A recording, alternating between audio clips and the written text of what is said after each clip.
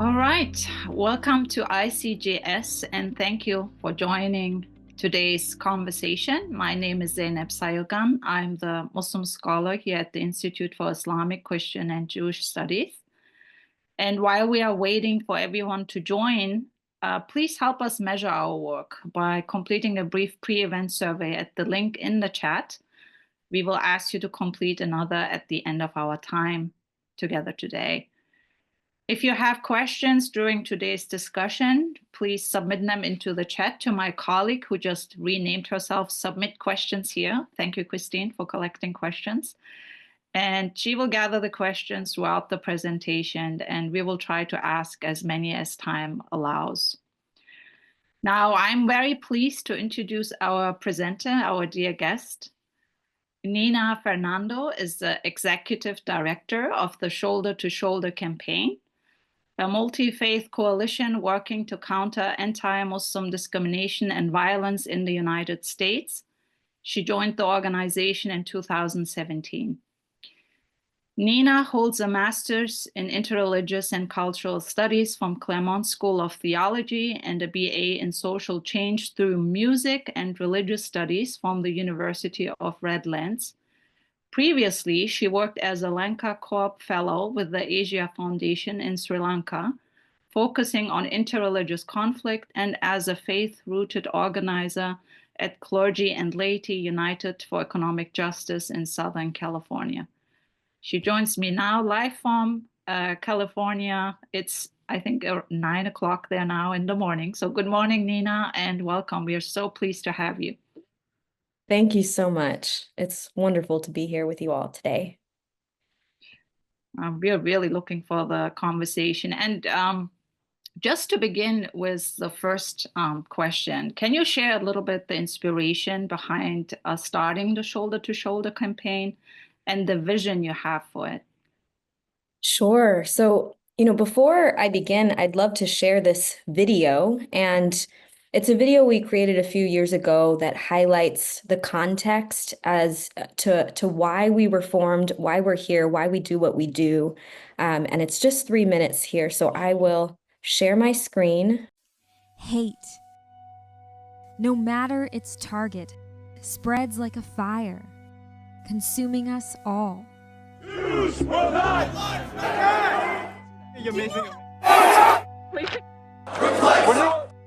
Radical Islamists. In 2010, anti-Muslim sentiment in the United States filled the airwaves of major media outlets. Not all Muslims are terrorists, but all terrorists are Muslim. If they put a mosque up right here, Controversy raged over the so-called Ground Zero Mosque, and Florida pastor Terry Jones was threatening to publicly burn the Quran. The number of hate groups had escalated for a decade to an all-time high. Meet today to discuss what we have considered to be a very alarming trend and a rise in anti-Muslim bigotry in this country. In response to this new wave of Islamophobia, faith communities across the country came together to declare in one voice, an attack on one faith community is an attack on all faith communities. Since 2010, the Shoulder to Shoulder campaign has worked to form relationships, listen, learn, and work in solidarity to address the growing rise of anti-Muslim rhetoric, racism, and discrimination. Shoulder to Shoulder is a growing coalition of 34 national religious denominations, over 60 local organizations, and thousands of individual supporters across the country. We are people of different faiths, cultures, and backgrounds working alongside each other to bring about the nation we want for our children, our neighbors, and our communities.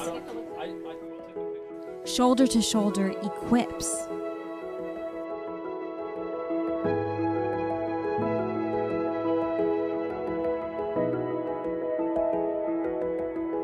Shoulder to Shoulder connects.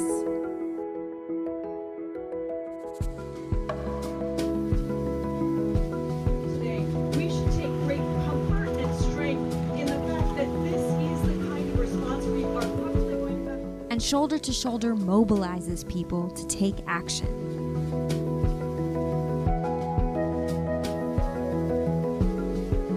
The problem of anti-Muslim discrimination persists today, from the harmful impacts of the Muslim ban to high levels of hate crimes and bullying. In our country.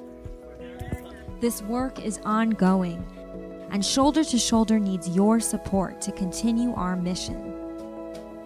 It takes each and every one of us to build the society we long for, and we don't have to do this work alone. That's why we're here, and we hope you'll join us in the vision of Shoulder to Shoulder.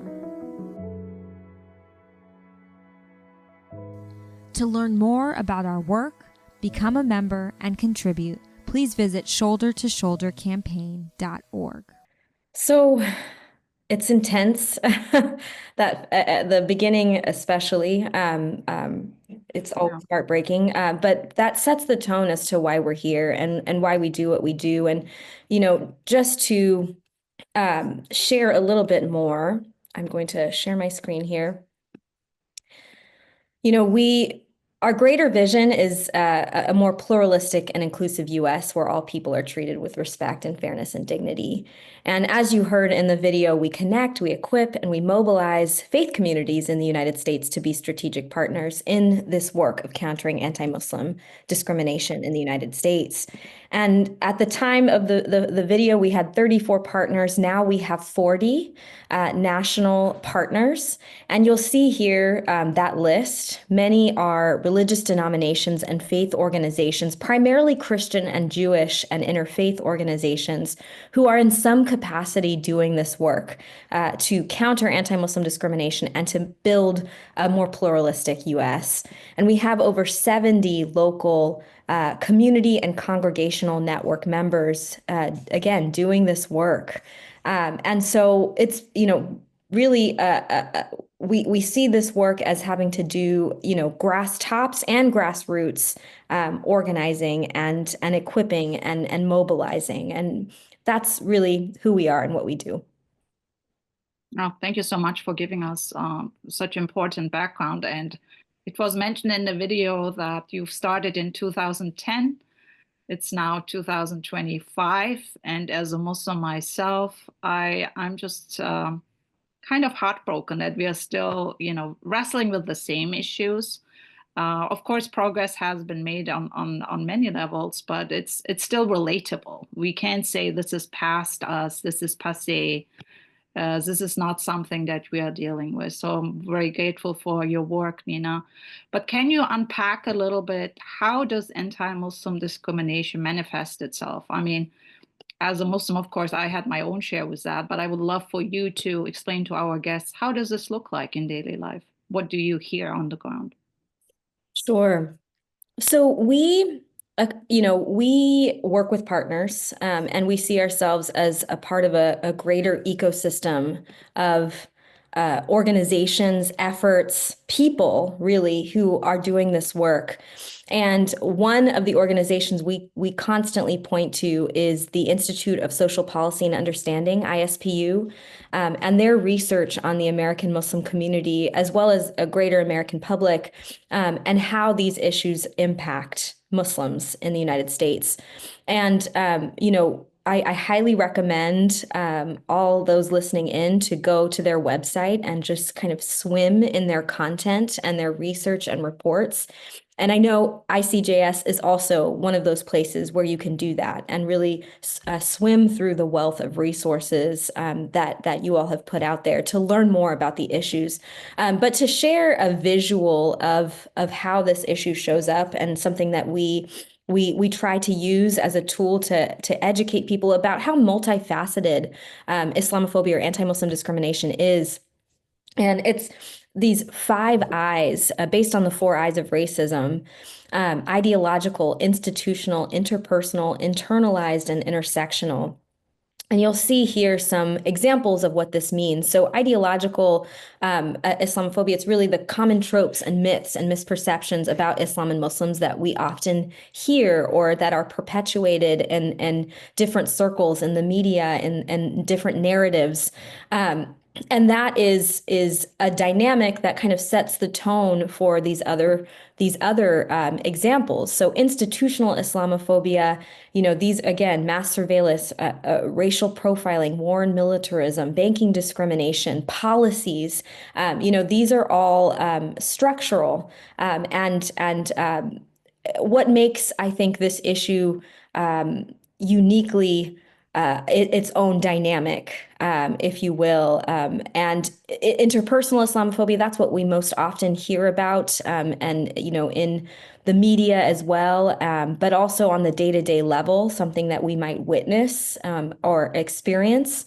And that's bullying and harassment, hate crimes, hate incidences, hateful rhetoric, microaggressions, and the common, we're sitting around the table and someone reiterating something that they see or hear.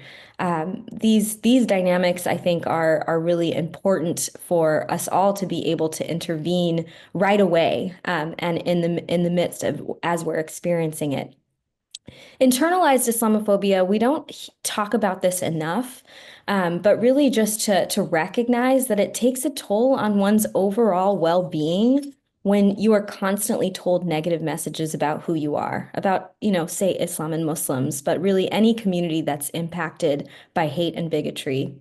And then intersectional. So gendered Islamophobia, how Muslim women or Muslim men are experiencing this in their own unique ways, how Islamophobia doesn't just impact Muslims, but those who are perceived to be, or those who are adjacent, those who are Sikh, Arab, Palestinian, for example.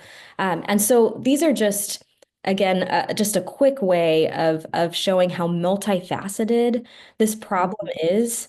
And how we have to have multiple strategies and multi-pronged approaches because it is such a pervasive problem. Mhm, mhm. No, I really like how you laid that out with the 5 eyes, and like you said, I mean, it's happening on so many different levels. And also just appreciate that you lifted up the important research that ISPU is doing, the Institute for Social Policy and Understanding. Our colleague shared the link to the to that institute, and we had Dalia Mogahed speak about Islamophobia at our one of our Mencken Clark lectures. So you're also welcome to go back to the Mencken Clark lecture and review the content that she shared on Islamophobia, which a lot of what you said basically connects with all what she presented at at the lecture. So you're not Muslim, like you shared at our last conversation, and in the video it was highlighted that if it impacts one faith community, it impacts all faith communities. As a non-Muslim yourself, why do you care about this work? And why do you think other faith communities, non-Muslim faith communities, should care? And why should everybody care? Sure. I think there's so many ways to answer that question. I think it comes down to how anti-Muslim bigotry is one of the many ways in which we dehumanize each other. It's a dehumanizing effort. And so we all should be concerned because we are all human beings. And when there are efforts, when there are narratives that are inherently harmful and dehumanizing, we have to intervene. Another reason why it's important for particularly with Shoulder to Shoulder, we're working with people of faith and goodwill, and people of faith who are they could be connected to a religious tradition, or they could believe in the hope and possibility of what this world could be. I want to use that word openly, but particularly people of faith, because oftentimes those of us beyond the Muslim community, our communities are perpetuating the problem, are circulating these narratives, are perhaps advancing, the negative portrayals, and that is also why we must, intervene. We must play a role, and take the responsibility and ownership. I think another way to put it too is this concept of allyship. And another organization that has a really wonderful and comprehensive training on allyship is called Service Never Sleeps. They have, basically the concept of allyship that they have put together is that we all have privileged and marginalized identities. And the onus, the responsibility to respond, to take action, falls on those who are in the privileged position. And so, when we're talking about anti-Muslim bigotry, the weight of the issue should not fall on Muslims alone. We all have to take a role in addressing the problem, especially when the problem is being circulated and perpetuated within our own communities. Mhm. That's also why Shoulder to Shoulder came to be and why we are primarily faith allies as a part of our network, and primarily Christian and Jewish, and that it's that concept of taking responsibility and taking ownership of the issues. Mhm. Mhm. Well, I can only underscore what you said. I mean, it's really um, core to the understanding of faith communities to work for justice. And if you do have dehumanization, degradation going on, circling around these narratives, it becomes a justice issue that an unjust version about a human being is out there. And how much of it are we perpetrating? I mean, are we basically, highlighting and sharing? So I think there is a religious mandate to uphold the dignity and worth of every human being. And I'm really appreciative that you highlighted that in your response. So thank you. And please, our guests, keep your questions coming. My colleague is collecting the question. We'll make sure we'll get to them. Um, and I want to come back to more specific, the specific work you are doing with the Shoulder to Shoulder campaign, and how does education and awareness, what role does it play in concrete ways? What are some of the most effective methods you have found for engaging the public? Sure. So I think one of the pieces is how our audience is quite specific. And so we're focusing really on people of faith and goodwill, people of faith beyond the Muslim community. That's our primary audience. And we developed a faith over fear training. And this program was through the partnerships of our local organizations and our local network, groups in the Seattle, Washington area back in 2018 came to us and wanted to collaborate and think through what a program could be and what it could look like. And basically brought together a group of organizations, including ISPU, an organization called Over Zero, Rethink Media. There's a number of organizations that we brought together at that time to think through developing a comprehensive training or workshop that faith communities could use and could learn from. And it's really four-part. It's kind of identifying our values and what brings us to this conversation in the first place. And all of us can answer that in our own ways based on our own location and our own traditions or faith orientations or community, family structure, whatever it is that compels us to be a part of the conversation. So identifying those values. The second part is, what is Islamophobia and anti-Muslim discrimination? How does it show up in society? Who are American Muslims outside of an Islamophobia lens? I think that's really important to name. Because yes, I don't have to go into that. And then how can we talk about it? Like, how can we change hearts and minds especially when people are getting information from problematic channels, perhaps?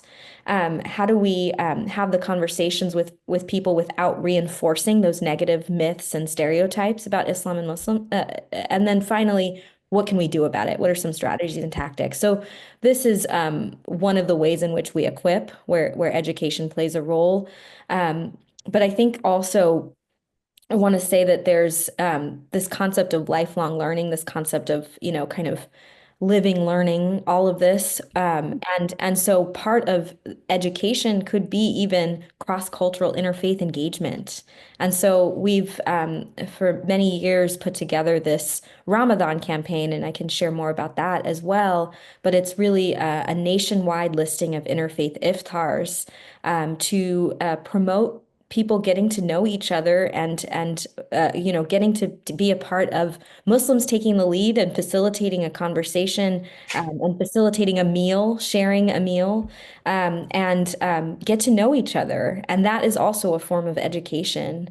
And so that's a great opportunity as well. Yeah, I saw that on your website, such a wonderful campaign. And I invite everyone to check out the Ramadan campaign. Ramadan starts this Friday.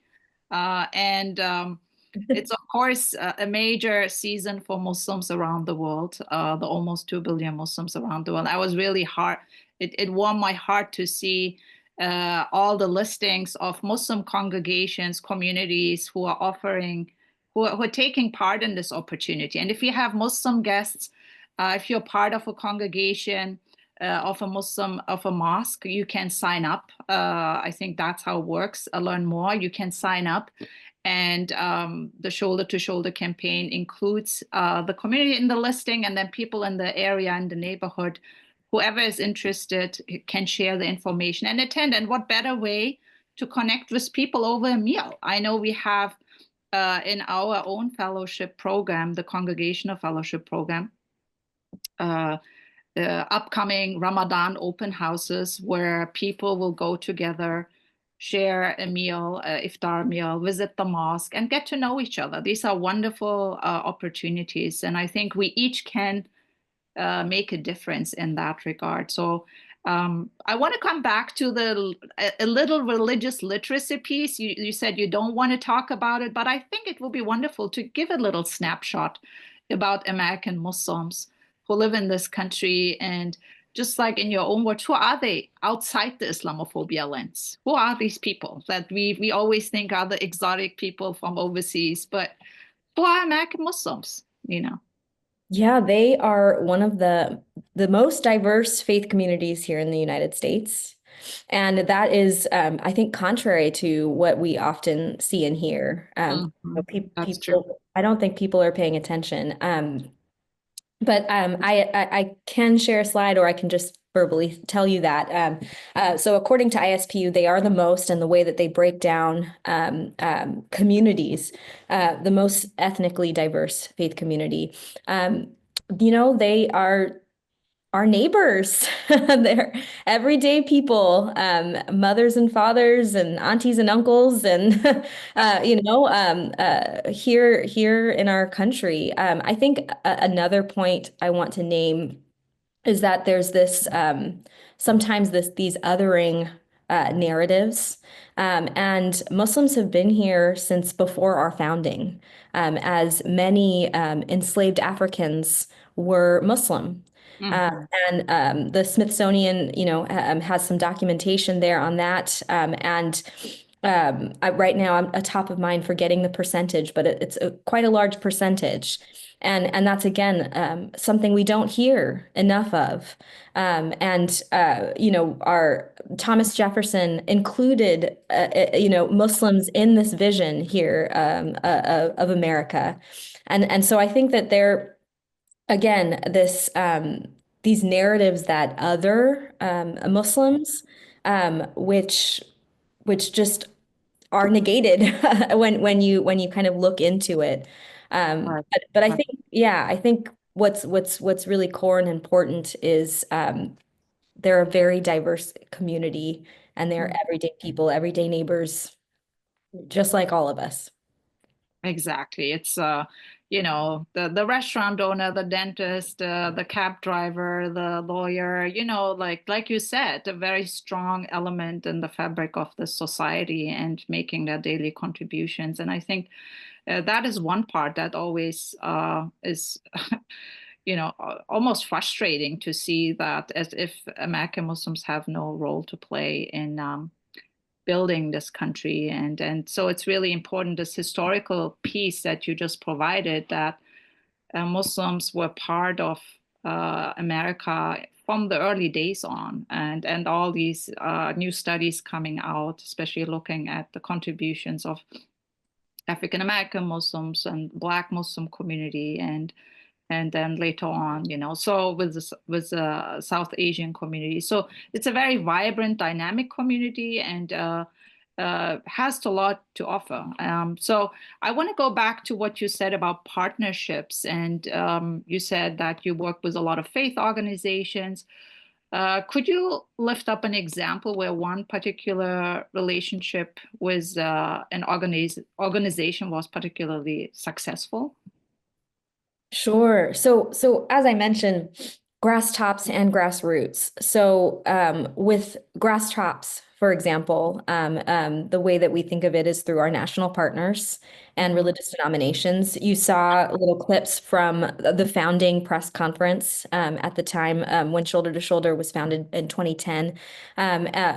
We've had multiple opportunities for national partners to convene. At the end of 2023, we gathered for a joint commitment of addressing anti-Muslim and anti-Jewish discrimination together. We have circulated pledges and calls to action. We're in the midst of working on one now. More on that soon and coming. I'll pause to share that in a future meeting. But whatever the case, working to convene our partners to make those commitments, at that national level. But then at the local level, we create opportunities for our community and congregational network members to gather and share ideas, share resources, work through challenges, and kind of lean on each other to kind of come together around different solutions or ideas of how to address them, and develop programming and again share ideas, and we've seen that be successful or be helpful in so many different respects. I mentioned the Faith Over Fear training was one example where local groups in the Washington state area came to us wanting to collaborate. But also, like, we see it as a success, or as something to uplift and to circulate and amplify when and how our partners are constantly doing this work without shoulder to shoulder, prodding or being involved at all. And that is also something that we see is core to our work, to follow what groups are doing, and be able to share those ideas and examples and opportunities.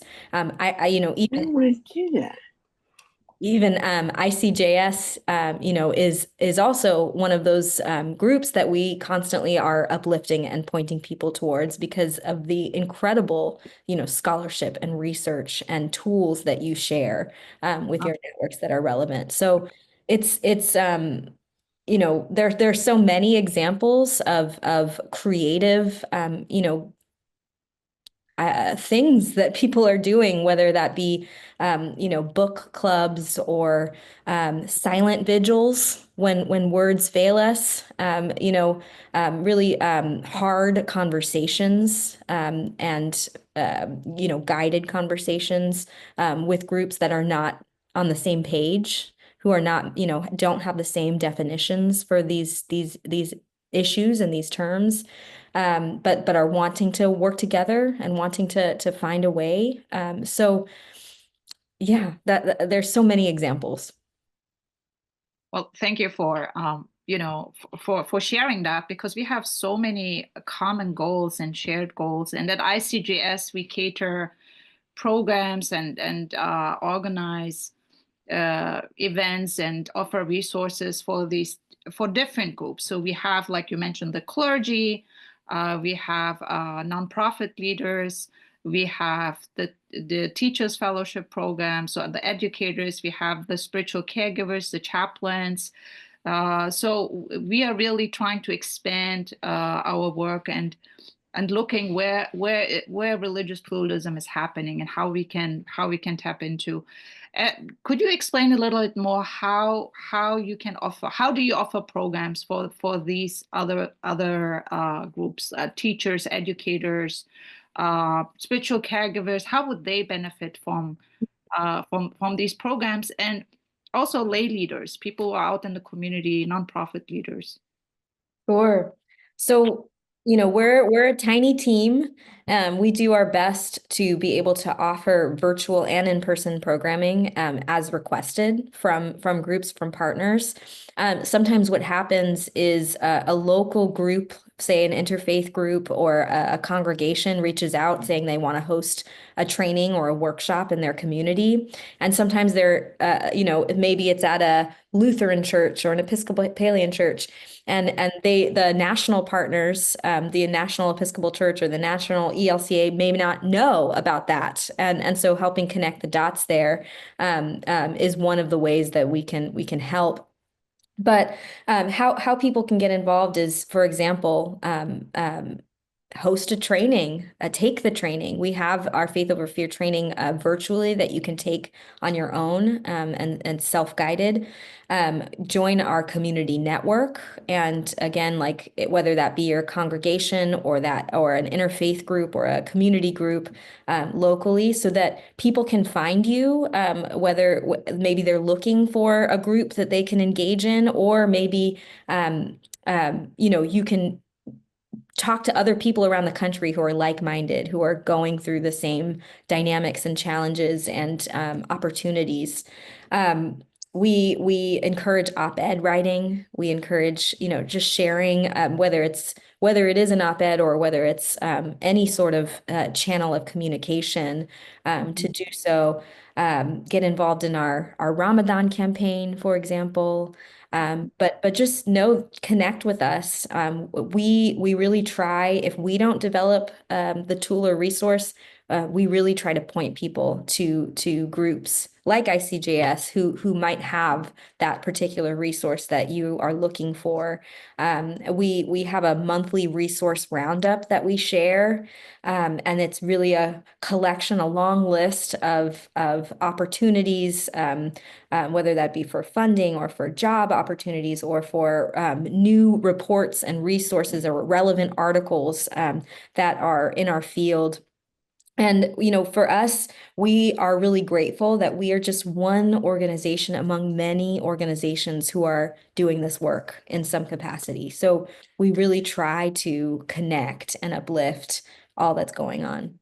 Mm-hmm. That's wonderful. And I shared that with you before, but I was really taken by the wonderful resources for educators. So I invite everybody to check those resources out. There's just such a wonderful list of amazing blogs and videos and documentaries and books, and you've really collected the latest, it's really updated, and I really appreciated that. I used that and shared it with other educators, so I'm very grateful for all the work and your team is doing.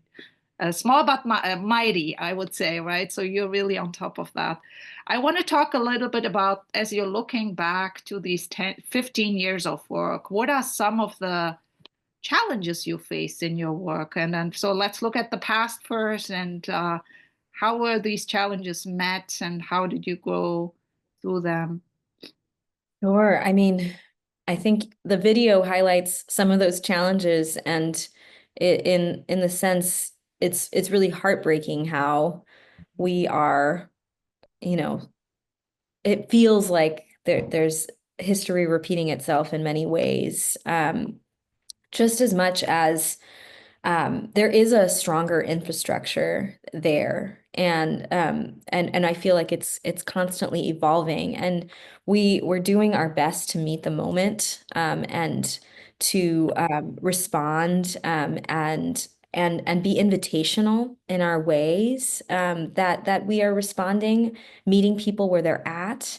I think in terms of how we've responded to challenges, we, again, as I mentioned before, having pronged strategies. So press conferences and statements, that's kind of one. Designing programs. We have over the years designed programs for seminarians, for clergy, for lay leaders, for community leaders, for educators, for administrators, really, and just really crafting and designing programs that meet whoever it is that's asking for that resource. Public, policy or advocacy, that's another way. Education and encouraging people to learn. We don't expect everyone engaged in shoulder to shoulders work to be experts on the issue. And so, just to, again, a recognition that there's a dehumanizing dynamic here, and we know that that's wrong. And how can we, wherever we are, how can we begin in our journey of getting deeper involved and bringing others with us to kind of see the other way. There is another way, and I really do believe people of faith already have those skills and tools and know this, and it's really just a matter of bringing others along with them. Thank you so much. And I do believe that it's really the a major red flag is any community or any community who is just portrayed constantly in negative ways. It just has been always like a flag for me. I mean, red flag. Like just it doesn't speak to the complexity and the complexity of being human. So that should be, I think, a red flag for all of us. If somebody is constantly portrayed in negative and the most demeaning ways, that there's something that we need to be looking out for. So I'm grateful that you highlighted that. I want to turn to. Oh, no, I want to say too that, like, also as a monolith. Yes. When communities are portrayed as a monolith. And the other thing with the challenges are there are efforts that are trying to divide communities, and trying to, tap into fear and trauma within different communities. And I think that that's also, why, for example, we chose to name our training Faith Over Fear. With fear, it's fight, flight, or freeze. Right. But with faith, there's so many possibilities can open up beyond just that lizard brain response.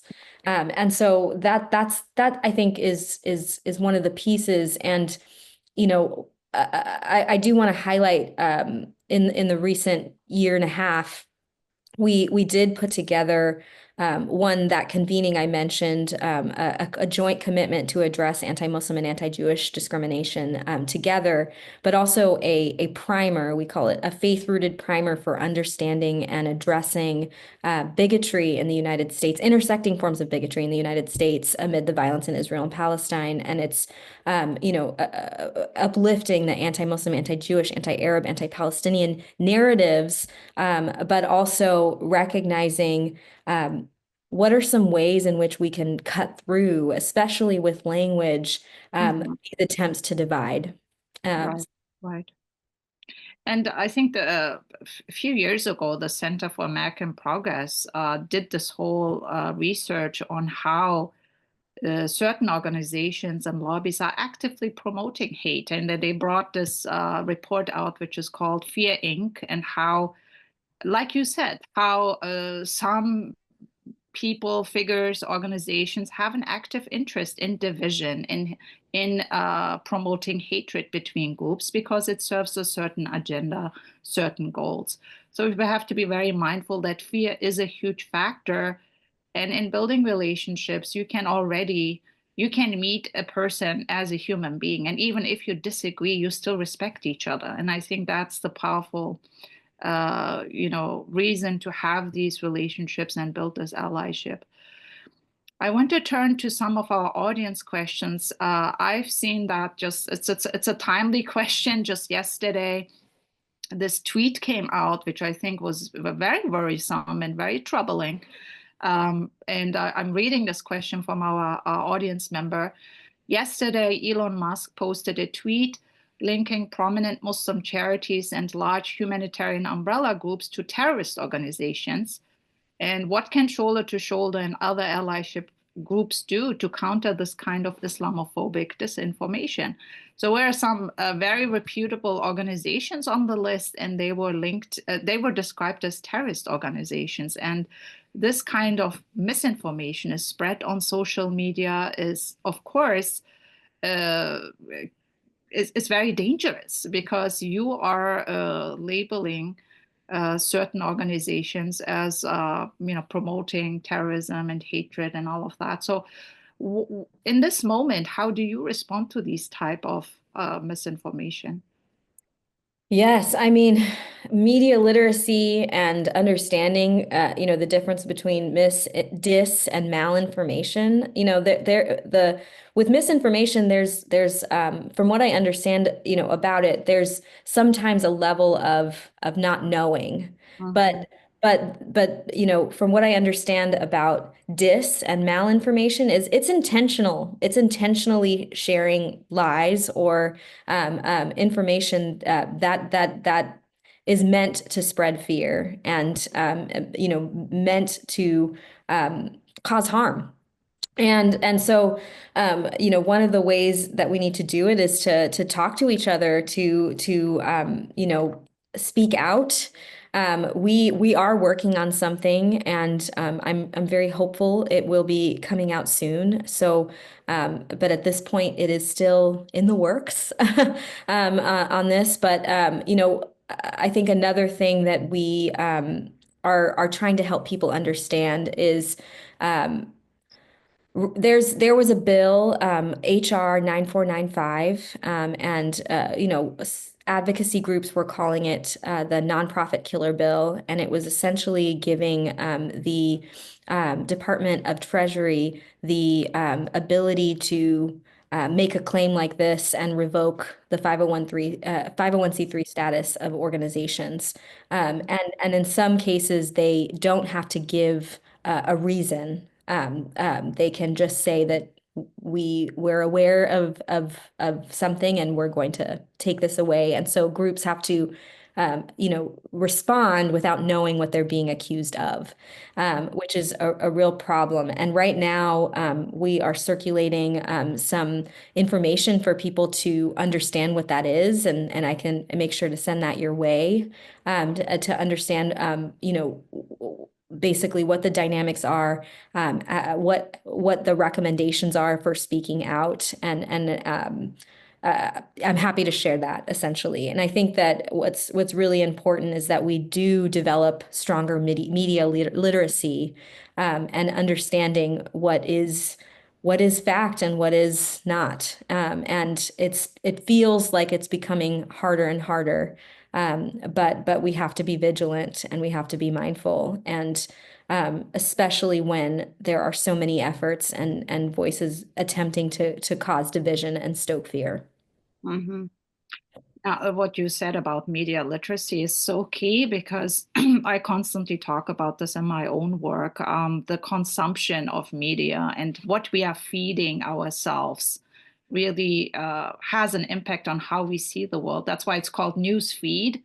And I think one thing is to make sure that to have an ethical approach to media consumption, to make sure that you have a balanced variety of sources that you are reading. A personal effort also to include relational diversity. Make sure you're listening and building relationship with people who are outside your bubble, even with people you are disagree to, like, what's your take? I really would love to hear how you read this situation. What's your comment? And I think those kind of what we call relational diversity, trying to actively build relationship with people who are outside your comfort zone is so critical in this moment, because we end up being in this bubble. Yeah, exactly. In this echo chamber. And it really helps just in my own neighborhood to hear how people's different takes are on an issue and how they read the news. And it's incredibly helpful to be media literate, especially in this time. And I know it's overwhelming, but we need to be so vigilant, like you said. But it does impact and shape our worldviews and how we view one another. And one thing that is related to media literacy, I want to take this question that comes from one of our guests, and which is constantly coming up, especially in my work as a woman scholar, even if I talk about that there are many women out there who are educated. I'm not an exception. There's many Muslim women who are empowered by their faith.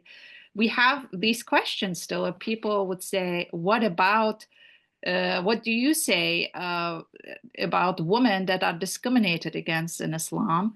How does this label work in the face of the very public inequality of women's rights in many, many countries under Islamic law, or even in the basic structure of a worship in a mosque?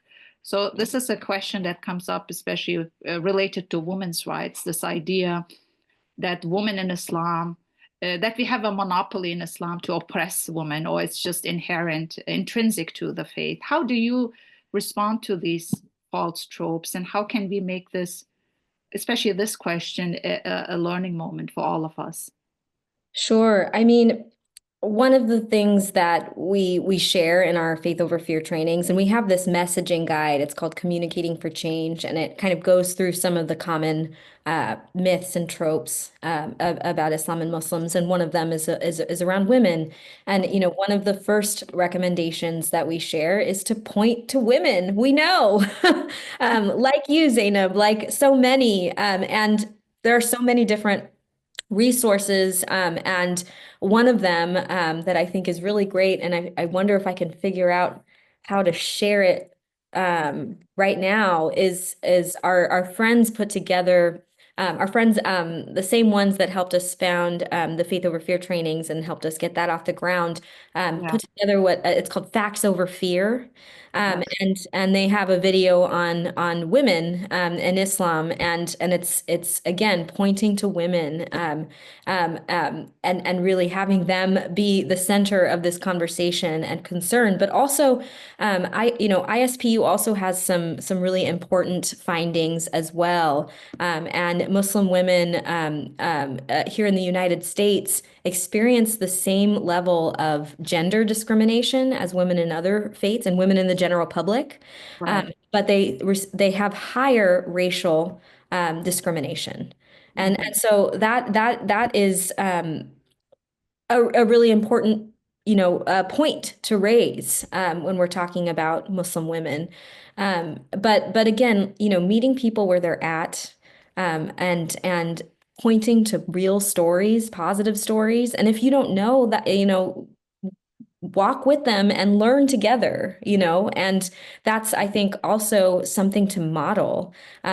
When we hear any sort of essentializing narratives about any group of people, I think even if we don't know the answer, it should kind of inspire us to do the work to look into it more. And learn more, because as people of faith, we have to be mindful of those dehumanizing narratives out there.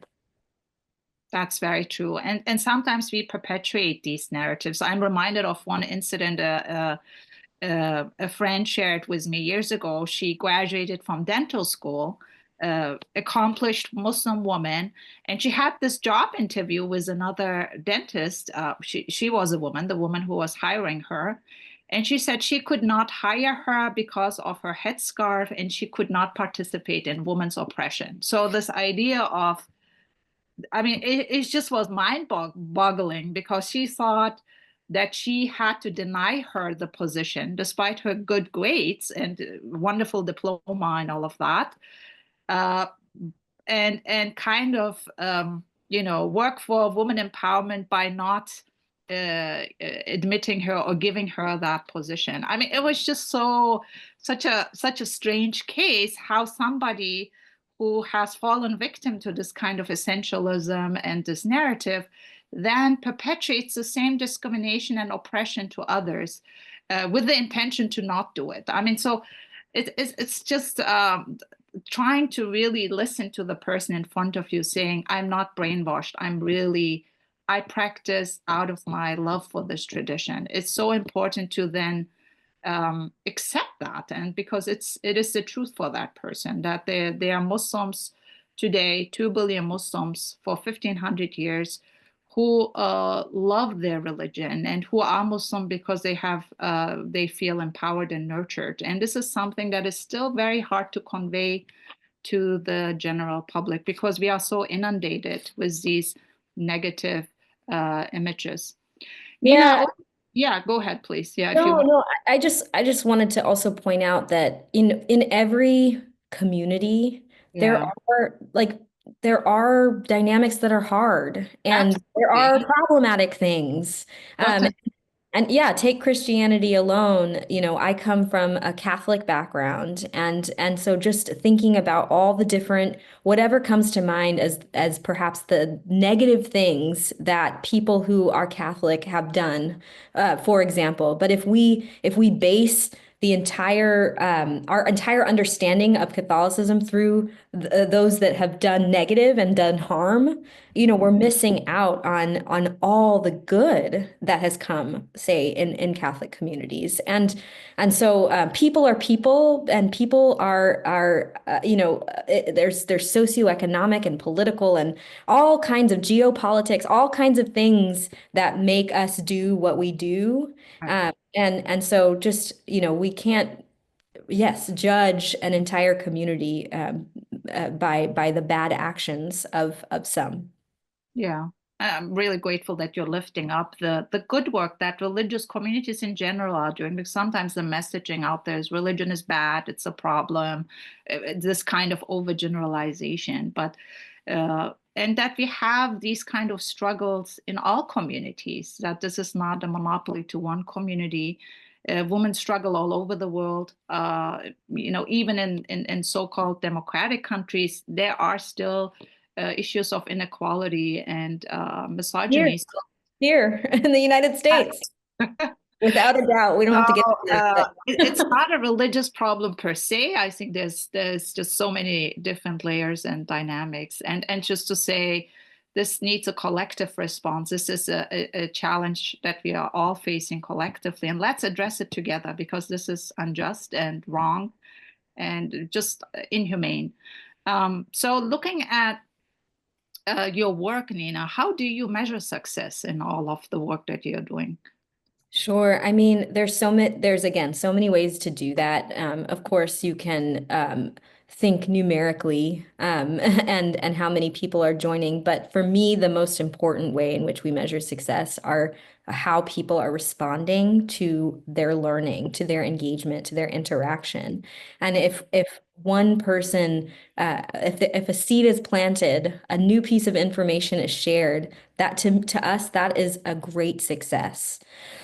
If someone feels more empowered and activated, energized towards wanting to plant seeds of understanding, of having conversation, of learning, that is great success. So these are all some of the ways, creating and having tools and resources, or sharing tools and resources that make a difference in different fields and different spaces and different groups. That is a success. So it's really meeting people where they're at and giving them what they're asking for, essentially. And we do our best to do that, whether that be someone reaching out to us via email and asking for something, or whether that be doing some more like intentional designing and collaborating on a program or a tool or resource. Mm-hmm. There is a follow-up question. We use this word multiple times, essentialism. How do we define essentialism if we essentialize a community? That's I mean, I'm sure that there's a kind of more eloquent and comprehensive way of defining it, but to put it very simply, it's taking one piece of information as a way to describe an entire community. It's essentially, Nina is brown skinned, and that's all I am, and not a mother, and not a someone who likes to make food and watch food videos or whatever it is, but it's essentially kind of boiling down someone into a one-dimensional Right. or a community into a one-dimensional monolith. That's beautiful. Thank you. And there's this a theme, I'm sure it resonates in other traditions as well, in Islamic theology, that a human being is a universe, a micro universe, a microcosmos. So I think that definition even invites me to explore the universe in front of me. And the universe is vast and constantly evolving and changing and dynamic. And that's who we are. We are not stable, static entities, and we are fundamentally interrelated. And I think just knowing that the person is described in spiritual terms as a microcosmos, having so much to offer, and we are shutting that down. I mean, we are like closing ourselves down to that microcosmic exploration. It's a sad fact when we just essentialize. So I think that gives me caution to always, even with all the experience in terms of anti-Muslim bias, to like meet people in a neutral place and not to impose certain views on them, and try to not project my own bias on them, and just to be open for that cosmic exploration. I guess that's my Oh, little. yeah, and also just a reminder too to look inward to our own communities. You Yeah. know, our own communities aren't a monolith. You know, there are, say, for example, with Christianity, Christian values that people who say that they are Christian don't live up to, for example, or interpreting and the scripture in very different ways. Like there's all kinds of diversity within our families, let alone our houses of worship or what have you. And so why would we do take that away or not give that same grace, if you will, to any community, let alone Muslims? Beautiful. Amen to that. We are almost at the end of our time, but my colleague Man Sachs, our Jewish scholar here at ICJS, shared with me that you are a wonderful singer and have a beautiful voice. So I wonder if you can close us out with a piece that is dear to your heart at this moment. Sure. So I something that I'll share before this song, that is a prayer, the prayer of Saint Francis. I come from a Catholic background, and when I was confirmed, it's a rite of passage in the Catholic Church. I think I was like 15 years old. We all have to choose a saint, and the saint that I chose was Saint Francis. And it was only years later, when I came to Shoulder, that I learned about Saint Francis and the relationship he had with the Sultan Al-Kamil, and the role that played in ending the Crusades. And there's a great film that is out there called The Sultan and the Saint, and highly recommend. And I didn't know about it until, working for Shoulder, and I think it's appropriate to share this prayer as a song as we close. It's beautiful, please. Make me a channel of your peace. Where there is hatred, let me bring you love. Where there is injury, your pardon, Lord. And where there's doubt, true faith in you. Make me a channel of your peace. Where there's despair in life, let me bring hope. Where there is darkness, only light. And where there's sadness, ever joy. Oh God, grant that I may never seek so much to be consoled as to console, to be understood as to understand, to be loved as to love with all my soul. Make me a channel of your peace.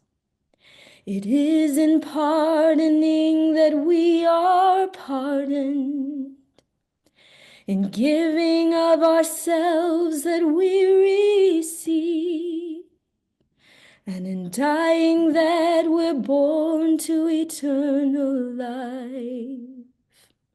Amen. Amen. Wow. That was so beautiful. Thank you so much, Nina. Incredible voice, angelic.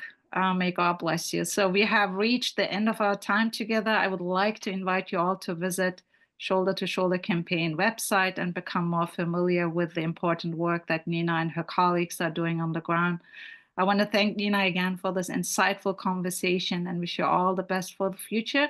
And thank you all for joining us for this conversation. Thank you so much, and we wish you a good day.